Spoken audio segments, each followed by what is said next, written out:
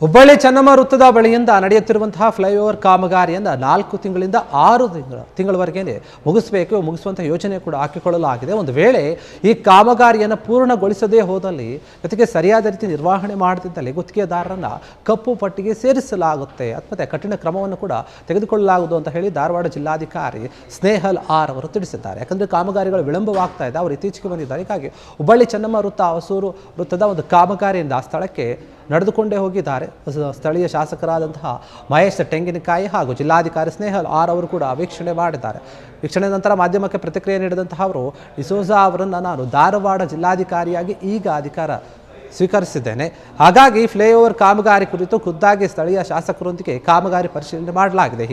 ಈಗಾಗಲೇ ಹೊಸೂರು ವೃತ್ತ, ಚೆನ್ನಮ್ಮ ವೃತ್ತ, ಹಳೆಯ ಕೋಟ್ ವೃತ್ತ ಹಾಗೂ ಲ್ಯಾಮಿಗಂಟನ್ ರೋಡ್ನಲ್ಲಿ ಫ್ಲೈಓವರ್ ಸೇತುವೆಯ ಕಾಮಗಾರಿ ಪ್ರಗತಿಯಲ್ಲಿ ಸಾಗ್ತಾ ಇದೆ. ಆದಷ್ಟು ಬೇಗ ಕಾಮಗಾರಿಯನ್ನು ಪೂರ್ಣಗೊಳಿಸುವಂಥ ನಿಟ್ಟಿನಲ್ಲಿ ಪ್ರಯತ್ನಿಸಲಾಗ್ತಾ ಇದೆ. 6 ತಿಂಗಳಲ್ಲಿ ಕಾಮಗಾರಿಯನ್ನು ಪೂರ್ಣ ಮಾಡುವಂಥ ನಿಟ್ಟಿನಲ್ಲಿ ಯೋಜನೆಯನ್ನು ಹಾಕಿಕೊಳ್ಳಲಾಗಿದೆ. ಈ ಹಿಂದೆ ಕಾಮಗಾರಿಯ ವೇಳೆ ಹಲವು ಅಹಿತಕರ ಘಟನೆಗಳು ನಡೆದಿವೆ.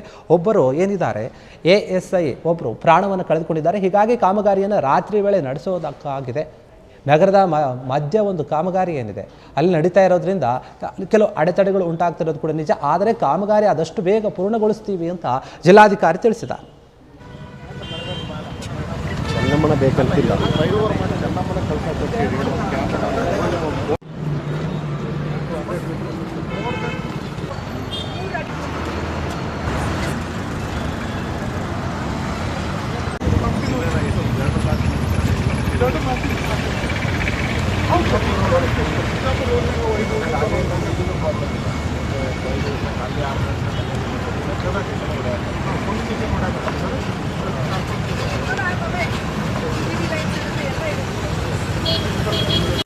ಈಗ ಇವತ್ತು ನಾವು ಈ ಕಂಪ್ಲೀಟ್ ವರ್ಕ್ ಏನಾಗ್ತಿದೆ ಅದರದ್ದು ನಾನು ಮತ್ತು ಸ್ಥಳೀಯ ಶಾಸಕರು ಸೇರಿಕೊಂಡು ಇವತ್ತು ವೀಕ್ಷಣೆ ಮಾಡಿದ್ದೀವಿ.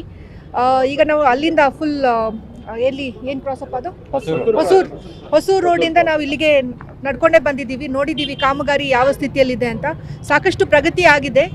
ಇನ್ನೊಂದು 6 ತಿಂಗಳ ಒಳಗಡೆ ಮುಗಿಸ್ಬೇಕನ್ನೋ ಪ್ಲ್ಯಾನ್ ಇದೆ. ಸಾಕಷ್ಟು ಕೆಲಸ ಆಗಿದೆ. ಒಂದು ಸ್ವಲ್ಪ ಇಲ್ಲಿ ಒಂದು ಸ್ವಲ್ಪ ಕೆಲಸ ಇದೆ. ಈ ಚೆನ್ನಮ್ಮ ಸರ್ಕಲ್ ಹತ್ರ ಒಂದು ಸ್ವಲ್ಪ ಕೆಲಸ ಇದೆ, ಹೊಸೂರು ರೋಡಲ್ಲಿ ಒಂದು ಸ್ವಲ್ಪ ಕೆಲಸ ಇದೆ. ಸೊ ಶೀಘ್ರವಾಗಿ ಮಾಡ್ತೀನಿ ಅಂತ ಇಲಾಖೆದವರು ಕೂಡ ಹೇಳಿದ್ದಾರೆ. ಸೊ ಇದನ್ನು ನಾವು ಮುಂದಿನ ವಾರದಲ್ಲಿ ಒಂದು ಸಭೆ ಮಾಡಿ ಯಾವ ರೀತಿ ಇದನ್ನ ಬೇಗ ಮುಗಿಸ್ಬಹುದು, ಇನ್ನೇನಾದರೂ ಕೋಆರ್ಡಿನೇಷನ್ ಇಶ್ಯೂಸ್ ಇದೆಯಾ ಅನ್ನೋದಕ್ಕೆ ನಾವು ಮುಂದಿನ ವಾರದಲ್ಲಿ ಇನ್ನೊಂದು ಕಚೇರಿಯಲ್ಲಿ ಸಭೆ ಮಾಡ್ತೀವಿ. ಸೊ ಭೌತಿಕವಾಗಿ ಏನಾಗಿದೆ ಅನ್ನೋ ನೋಡೋದಕ್ಕೆ ನಾವು ಇವತ್ತಿಲ್ಲಿ ಪರಿವೀಕ್ಷಣೆ ಮಾಡಿದ್ದೀವಿ.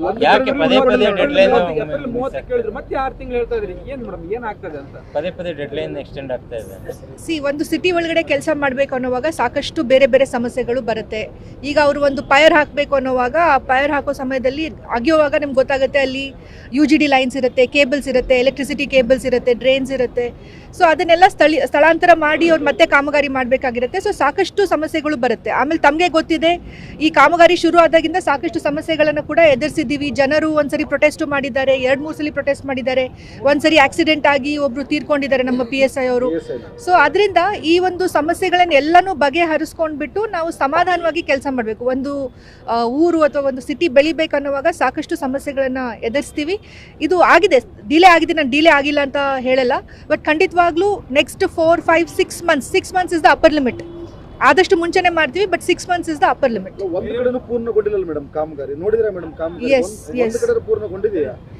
ಪೂರ್ಣಗೊಳ್ಬೇಕು ಅಂದ್ರೆ ಅದು it's a over line bridge ಅಪ್ಪ. ರ್ಯಾಂಪ್ ಮಾಡಬೇಕಿರುತ್ತೆ, ಅಪ್ ರ್ಯಾಂಪ್ ಇರುತ್ತೆ, ಡೌನ್ ರ್ಯಾಂಪ್ ಇರುತ್ತೆ, ಕನೆಕ್ಷನ್ಸ್ ಕೊಡಬೇಕಿರುತ್ತೆ 2 ರೋಡ್ ಮಧ್ಯದಲ್ಲಿ. ಅದು ಟೈಮ್ ತಗೊಳುತ್ತೆ. ಅದು ಒಂದನ್ನು ನಮಗೆ ಹೆಂಗೆ ಬೇಕು ಹಾಗೆ ಮಾಡೋದಲ್ಲ. ಅವ್ರು ಇಂಜಿನಿಯರ್ಸ್, ಅವ್ರಿಗೆ ಗೊತ್ತಿರುತ್ತೆ ಯಾವ ರೀತಿ ಮಾಡಬೇಕು ಅಂತ. ಅವ್ರು ಕರೆಕ್ಟಾಗಿ ಮಾಡ್ತಾ ಇದ್ದಾರೆ. ನಾನು ಎಲ್ಲ ಡಿಪಾರ್ಟ್ಮೆಂಟ್ಸು ಎಲ್ಲ ಅಧಿಕಾರಿಗಳಿದ್ದಾರೆ, ಕೋಆರ್ಡಿನೇಷನ್ ಸರಿಯಾಗಿ. ಕ್ಷಣ ಕ್ಷಣದ ಸುದ್ದಿಗಳಿಗಾಗಿ ಫ್ರೀಡಂ ಟಿವಿ ಸಬ್ಸ್ಕ್ರೈಬ್ ಮಾಡಿ, ಲೈಕ್ ಮಾಡಿ ಹಾಗೂ ಫಾಲೋ ಮಾಡಿ. ಹೊಸ ಸುದ್ದಿಗಳ ನೋಟಿಫಿಕೇಶನ್ಗಾಗಿ ಬೆಲ್ ಐಕಾನ್ ಮೇಲೆ ಕ್ಲಿಕ್ ಮಾಡಿ.